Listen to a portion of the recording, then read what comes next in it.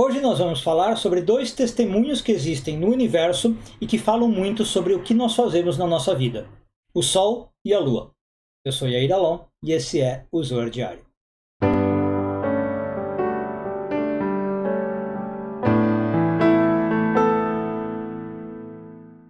Essa semana continuamos a ler a porção de Shoftim, hoje focando nos parágrafos 14 e 15 do Zoar, nono ano de leitura. Bom, na Kabbalah, o Sol e a Lua eles são vistos não só como dois corpos celestes, mas como duas entidades que têm muita influência sobre a nossa vida. Né? E eu não estou falando só da nossa vida física, da nossa vida biológica, como por exemplo, o Sol dá luz para que a gente possa viver, né? Mas na nossa vida espiritual.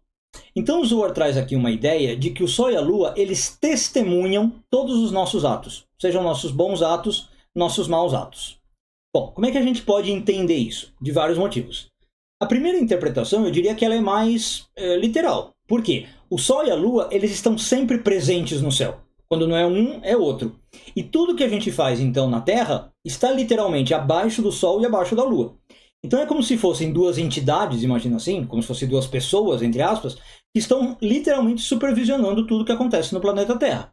Então, se amanhã, por exemplo, precisasse relatar o que a gente fez, o Sol e a Lua sabem do que a gente fez, né? Agora, esse conceito de que o Sol e a Lua testemunham cada um dos nossos atos, ele pode ter um significado um pouco mais além, né? Que é um contexto do que a Kabbalah vai dizer, que todas as nossas ações, por menores que sejam, têm impacto no cosmos, né? E a gente deixa uma impressão no cosmos. Essa impressão muitas vezes é física e certamente é espiritual. Então, em termos mais práticos, né, o que a Kabbalah vai dizer? Que os nossos bons atos ou os nossos maus atos ficam registrados no universo. De novo, a gente pode achar que a gente é um ser humano pequeno, que nossos atos não têm importância. A Kabbalah discorda totalmente. Cada ato seu está impactando na energia do cosmos e na harmonia do universo. E aí o que a Kabbalah vai dizer? Assim como o Sol ilumina o mundo com a sua luz, a gente pode ter atos que ajudam o Sol a brilhar mais. Ou os nossos bons atos podem espalhar luz pelo mundo. Né? E essa luz depois vai ser refletida pela Lua, vai chegar inclusive na Terra. Por outro lado, tem atos nossos que Deus nos livre, podem ser mais negativos, e eles podem escurecer essa luz. Né? E aí vão estar ligados, por exemplo, talvez com a fase da Lua de minguante, dela perder a luz. Né? A gente pode estar criando, Deus nos livre, escuridão no mundo.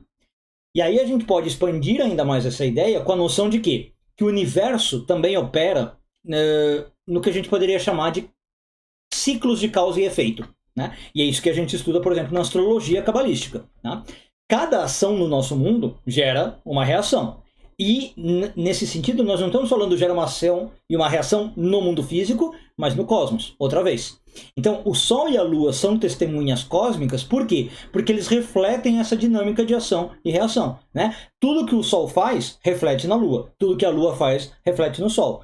Quando o Sol ilumina a Terra e brilha na Lua, ele está simbolizando o quê? Revelação de boas coisas. E a Lua, com as suas fases de luz, de escuridão, de receber, de refletir, ela é um nível mais oculto das nossas vidas, né? Simboliza talvez aspectos da nossa essência que estão menos visíveis, mas que não por isso são menos reais, que também estão impactando no mundo. Tá? Então, basicamente, algumas lições práticas que a gente pode tirar daqui.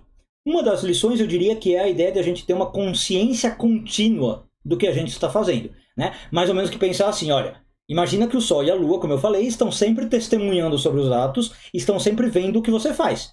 Então, isso é um convite que o Zohar faz para a gente viver com maior consciência dos nossos atos, né? Saber que tudo está sendo registrado, que tem duas testemunhas que amanhã podem aparecer diante de Deus e falar, ó, fulano ali fez isso, fulano ali fez aquilo, né?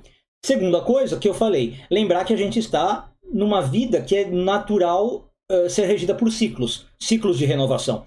A gente tem hora que está mandando luz, tem hora que a gente está mandando menos luz, a gente tem momentos de subir, de descer, e a gente tem que saber aprender a viver com esses ciclos. E, se possível, viver sempre nos ciclos mais positivos, né? Onde a gente está emanando essa luz. E, por fim, eu acho que a ideia que eu falei lá no começo do vídeo, de interconexão. Que os meus atos, eles não têm uma aplicação só na minha vida. Meus atos, eles reverberam literalmente em todo o cosmos. E aí, como eu falei, a Kabbalah diz que não é exagero, é literalmente assim. Cada coisa que eu faço pode estar mudando drasticamente a energia do cosmos, o equilíbrio do cosmos, para o bem ou para o mal. E uma pessoa com um simples ato pode trazer muita escuridão, Deus nos livre, ou muita luz. Então é algo para a gente ter sempre em nossa mente. Um bom dia a todos e tudo de bom.